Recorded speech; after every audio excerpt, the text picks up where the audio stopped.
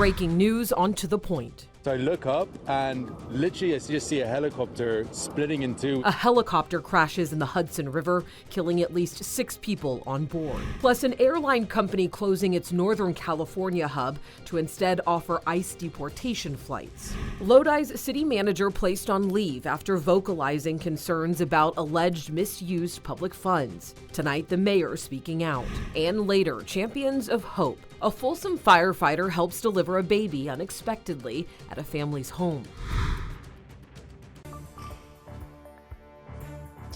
We start tonight with breaking news. This is To The Point, and I'm Alex Bell. An investigation is underway after a helicopter crashed into the Hudson River in New York City just this afternoon, killing 6 people on board. ABC's Rena Roy joins us from the Hudson River with new details tonight.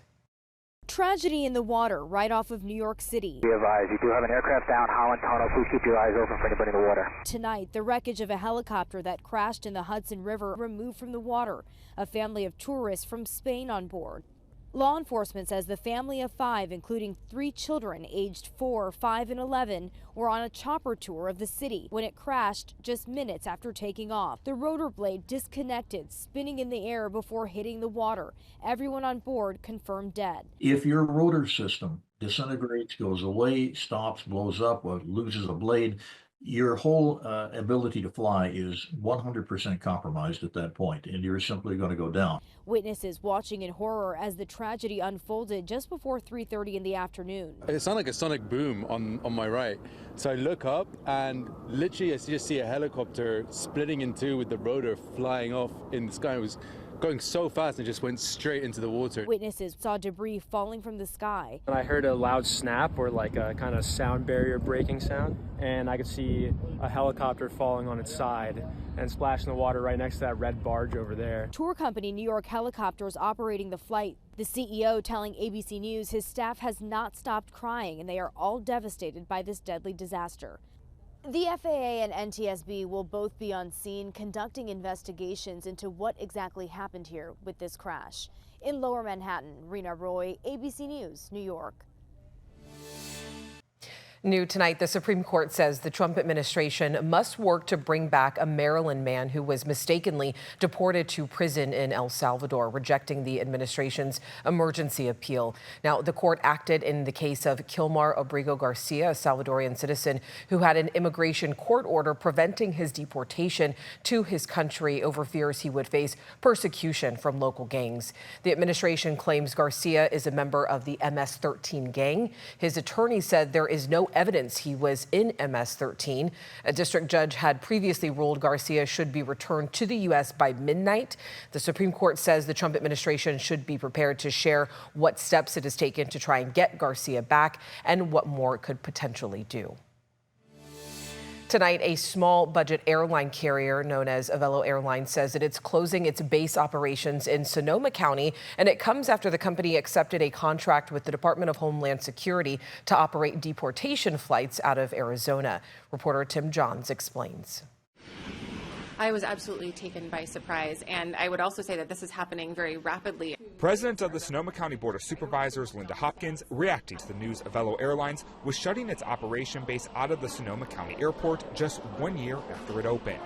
The low-cost carrier announcing just days ago that it would instead be operating deportation flights out of Arizona after it signed an agreement with the Department of Homeland Security. Avelo releasing a statement to ABC7 News which reads, "We realize this is a sensitive and complicated topic. After significant deliberations, we determined this charter flying will provide us with the stability to continue expanding our core scheduled passenger service and keep our more than 1,100 crew members employed for years to come." Hopkins says while she strongly disagrees with the airline's decision to participate in deporting people, she also worries it could have an impact on the local economy. I mean, a lot of folks are focused on the loss of jobs, but to me, the greater impact is the impact to our tourist economy. And let's be honest, our economy is struggling right now. In addition to shutting its operation hub, Avelo will be cutting 3 routes from the airport. The airline will still offer some flights through Sonoma County, but flight crews will now be based out of Burbank. Avelo might be scaling down their operations here in Sonoma County, but airport officials say despite that, they aren't anticipating a big hit. We'll see a slight decline in our parking and other revenues, but it's going to be very minor. We estimate less than $200,000, and our operating budget is about $12 to $13 million. Whatever the impact, though, for people like Hopkins, the damage is far more than financial. She says if the airline ever wanted to come back, she would be extremely skeptical. I personally would not welcome them back in Sonoma County, and I would join with many of my friends, I believe, in protesting such a move, because I think that they've shown where their values are. Avelo will officially shut down its operation hub for the airport on May 1st. All right, let's get into your price points tonight. President Trump's decision to pause reciprocal tariffs has cooled fears of a recession. Goldman Sachs today lowering its recession odds from 65 down to 45%. But uncertainty remains among business owners and economists about how tariffs will impact the economy in the long run. Perry Russom explains. President Trump argues the goal of his tariff policy and the negotiations in the coming weeks is to get American companies to bring jobs back to the U.S. But many analysts question that goal, saying the cost of moving plus the higher wages here will make the company's products too expensive. It's not something where Trump can sort of announce, I want this to happen, and then suddenly it occurs in a few months' time. After Trump's announcement yesterday pausing the tariffs, investment bank Goldman Sachs said it's no longer predicting a recession. But on Main Street, that's great news, but what does that mean for tomorrow? Many small businesses worry about what comes next. This is the world we're in now. What I was hoping for is some predictability of life and work, and this is just so challenging. And the cost of Chinese-made products could rise dramatically as the president now singles out China with a 125% tariff. For example, within a year, the PlayStation 5 could more than double in price, costing $1,100, and a $60 car seat could jump to more than $130. Trump's tariff pause also does not include the 25% tariffs on imported vehicles and auto parts. One trade group calls that unfortunate, writing, Michigan's signature industry will continue to endure the uncertainty and disruption of these fluctuating trade policies. I think that he's made it worse to do that by generating so much political risk and policy risk here. China, who is exempt from Trump's tariffs pause, announced today a new retaliatory tactic, saying that it will begin reducing the number of American films allowed to play in the country, which is the world's second largest film market. An estimate from a group of economists called Trade Partnership Worldwide looks at how much importers spent on tariffs in 2024 and how much importers could spend in 2025. They say California importers will spend about $170 billion more this year if they were to import the same amount of goods as last year and if all of President Trump's tariffs remain the same. The House today passed legislation that would require proof of citizenship when registering to vote in federal elections. Again, that's registering to vote. The bill, called the SAVE Act, would require people to present a U.S. passport and government-issued ID along with a birth certificate at their local election office. This is one of President Trump's top election-related priorities. Nearly all Democrats lined up against the bill and warned that it risks disenfranchising millions of Americans who do not have ready access to proper documents. The act passed in the House last year, but it did end up ultimately failing in the Senate. Next, on To the Point, Lodi's city manager placed on leave following a contentious city council meeting. Now the city's mayor is speaking out. And the temperatures are going to be increasing once again by the time we get to Sunday and Monday, back in those mid-80s. I'll talk about how long that lasts coming up after the break. Plus, could daylight saving time soon be a thing of the past? Why some lawmakers are pushing to get rid of the practice that dates back to World War I.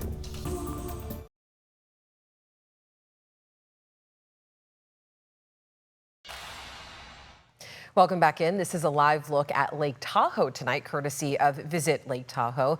A beautiful sunset over the lake. We've had some really great weather this week. Meteorologist Brendan Minchef joins us now with what we can expect heading into the weekend. More warm weather, and that's going to stick around not just into the weekend, but through the weekend and afterwards as well. This is a warm weather pattern that we find ourselves in. We made it to 84 this afternoon. If you remember correctly, that's what we made it to yesterday as well. So despite the cloud cover that we've seen building in through the late afternoon, we did make it to 84 before the bulk of the clouds came in. 82 in Stockton, 82 in Modesto, 80 in Vacaville, 78 out in Fairfield. Those were all the high temperatures this afternoon. But again, you see those clouds that were moving through. I would expect a little bit of clearing, just a little bit. Still definitely going to be some clouds out there, but just a little bit of clearing from now through about midnight or so. 77 currently in Sacramento, 76 in Stockton, 79 in Modesto, 75 in Vacaville, 80 up in Colusa, 60s and 70s in the foothills, low to mid 60s up in the Sierra. Again, just a little bit of clearing still with the clouds through this evening, 60 degrees. By the time we get to 11 o'clock, we'll be starting off in those low 50s, but more clouds coming on in overnight tonight. So like this morning, mild and some cloud cover. Friday afternoon, I'm expecting more clouds than what we saw today. And the clouds are so important because if we have that cloud cover coming in, we're not getting as much sunlight, which means we're not getting as much warming. So I've got us topping out around 80 degrees tomorrow instead of into those low 80s or into those mid 80s even. I've got 79 Sacramento for Friday afternoon, 78 in Vacaville, 78 in Fairfield, 81 Stockton, 82 in Modesto, 71 in Placerville, 75 in Angels Camp, and 60s up in the high country. And again, a little bit of clearing through the evening, then more clouds coming in through the overnight hours, and those clouds are just going to stick around with us through the daytime tomorrow. That's why I'm hedging just a little cooler for tomorrow in terms of temperature. But look what happens Sunday, Monday. Temperatures jump back into those mid 80s. We'll be running about 10 plus degrees warmer than normal for the time of year. High pressure moves out a little. Temperatures moderate Saturday, but then that ridge back builds a little bit for Sunday and Monday. So briefly warmer, and then we get a little bit of a cutoff low developing, and that's going to keep our temperatures next week near 80 degrees instead of above 80 degrees. So there you go. As we look at the next 10 days, temperatures, regardless of what the exact high temperature is, every single day, Alex, is running above normal. All right, Brendan, thank you. Next, on To the Point, a council meeting fallout. Lodi's mayor speaking out for the first time since the city manager was placed on leave. Plus, still waiting to file your taxes. Our Verified team is looking into last-minute red flags so you can avoid being scammed.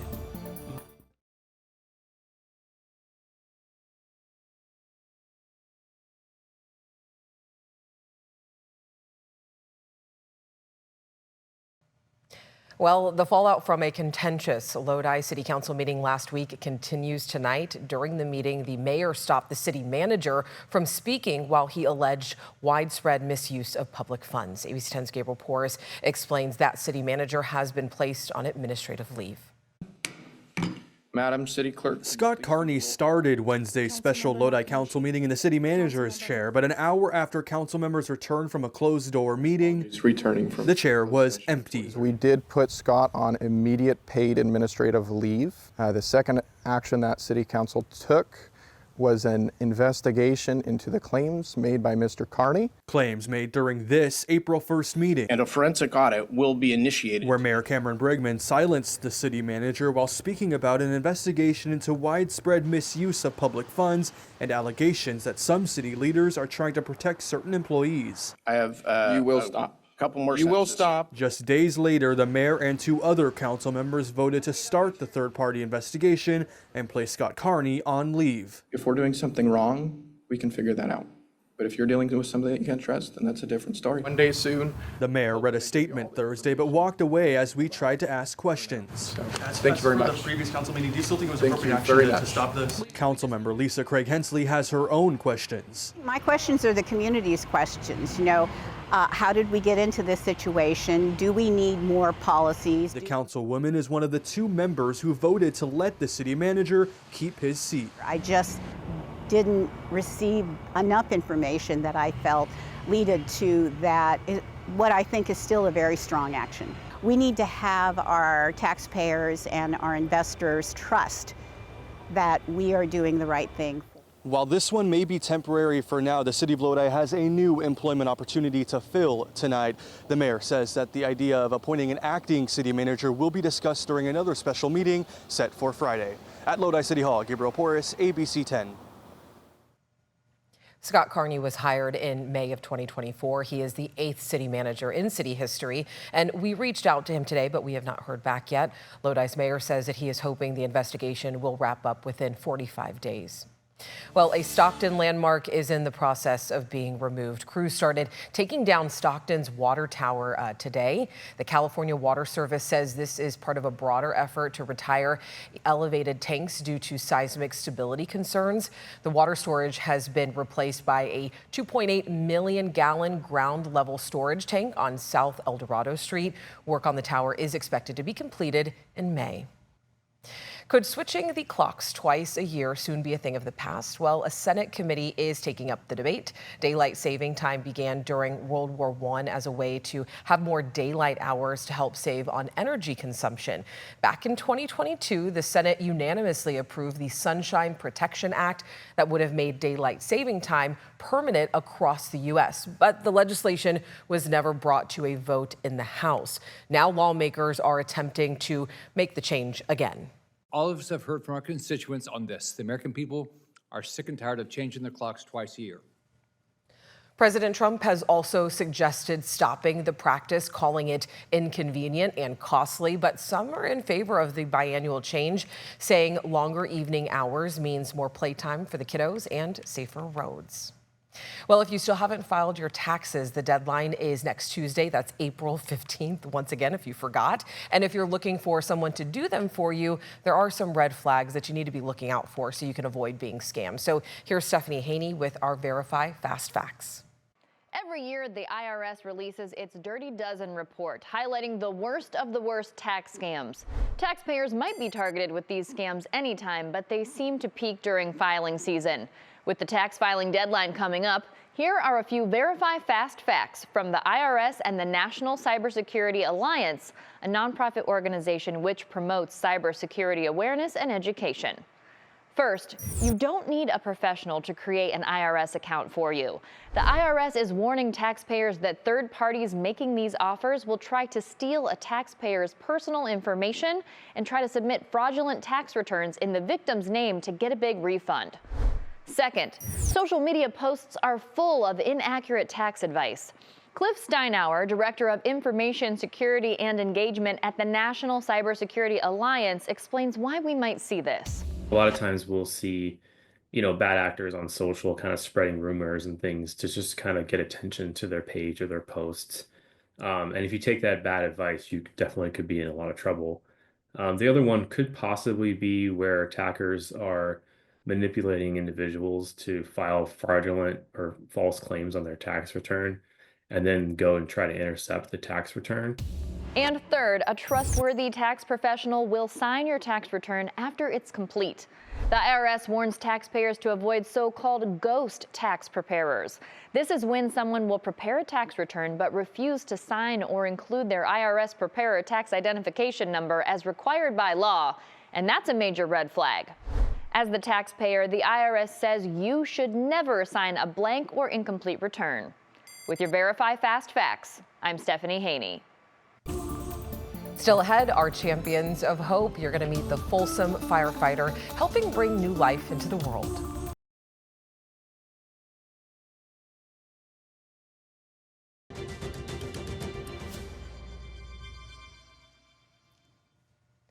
Well, we know that in news, stories are filled with challenges and hardships, but incredible things are happening every day, from neighbors helping neighbors to inspiring acts of kindness.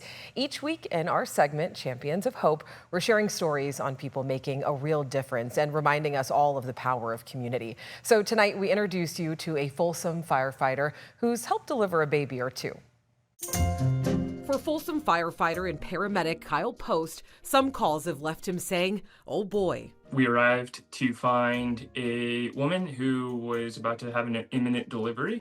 Kyle and his crew recently responded to a call with an expecting mother. With childbirth, things can go really well or they can go very poorly, very quickly. And had to make a quick decision to rush the mother to the hospital, or we decided that we were going to go ahead and have the delivery in her home. Thanks to Kyle and his team, she gave birth to a healthy baby boy. I was ecstatic because I was able to be part of that and then bring a healthy baby boy into this world and this planet. Delivering babies has become Kyle's unofficial specialty. This was the 7th delivery that I have been a part of.